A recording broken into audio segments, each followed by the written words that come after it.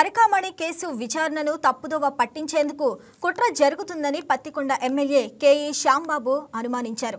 TTD మాజీ AVSO Satish Kumar అనుమానాస్పద స్థితిలో మృతి చెందడంపై విచారణ జరుగుతుందన్నారు.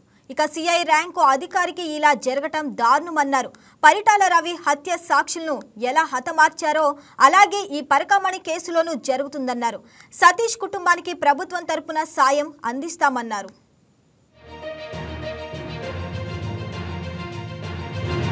చాలా బాధాకరం.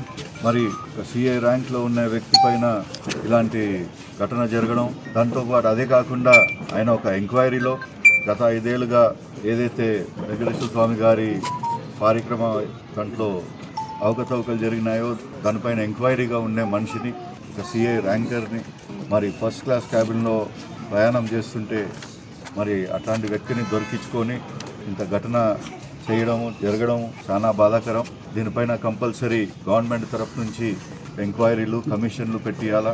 అదే కాకుండా మీరందరూ ఇది మోడస్ ఆపరెండి ఒకటి చూస్తుంటే ఆ కాలంలో పరిటాల రవి గారిని ఎలా అయితే హతమార్చిన తర్వాత ఆ కేసులో ఎంతమంది అయితే ఉన్నారో ఒక్కొక్కరు మాయమైపుకుంటూ వచ్చారు.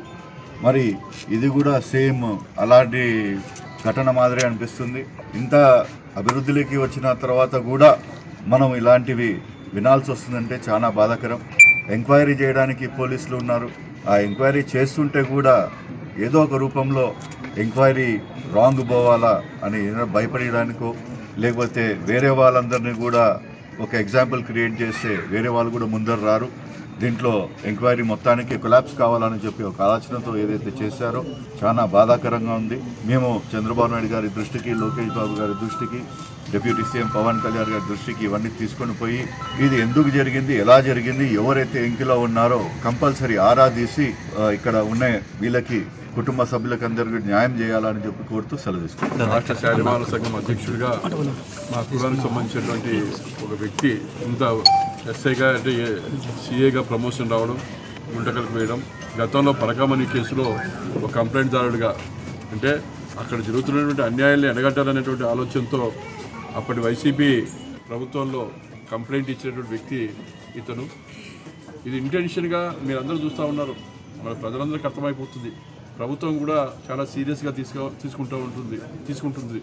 ఎందుకంటే ఒక కంప్లైంట్దారుని ఏ విధంగా హతమార్చాలా అంటే భవిష్యత్తులో ఎవరైతే ఈ ఆరోపణలు ఎదుర్కొంటున్నారో వారి శిక్ష నుంచి తప్పించుకోవాలనేటువంటి ఒక దురుద్దేశంతో ఈ రకమైనటువంటి దారుణానికి పాల్పడ్డానని క్లియర్గా అర్థమవుతుంది. ఇది చాలా బాధాకరం. రాష్ట్రంలో ఉన్నటువంటి మా వాళ్ళందరూ కూడా ఈరోజు అందరూ కూడా అంటే మేము ఇప్పుడిప్పుడే అడుగులు వేస్తూ ఇప్పుడిప్పుడో చదువులో కానీ విద్యారంగంలో కానీ అన్ని రంగాల్లో రాణిస్తున్నటువంటి తరుణంలో దాదాపుగా ఇప్పటికి రాష్ట్రంలో 3 ఆఫీసర్స్, 3 పోలీసుకి సంబంధించినటువంటి అధికారులు హత్యకు గురి కావడం చాలా బాధాకరం. అందులో భాగంగానే ఇది కూడా జరిగింది. ఈ రకంగా ప్రభుత్వం కూడా ఎందుకంటే గౌరవ ముఖ్యమంత్రి గారు కూడా ఈ విషయంపై చాలా సీరియస్గా స్పందిస్తూ ఉన్నారు. ఎందుకంటే మాకు నమ్మకం ఉంది గౌరవ ముఖ్యమంత్రి నారా చంద్రబాబు నాయుడు గారు ఎవరిని అంటే అక్రమాలు కానీ అన్యాయాలు కానీ ఎవరైతే చేస్తున్నారో వాళ్ళని వదిలిపెట్టేటువంటి సమస్య లేదు. వారి మీద తీవ్రమైనటువంటి చర్యలు ఉంటాయని చెప్పేసి మేము భావిస్తా ఉన్నాం.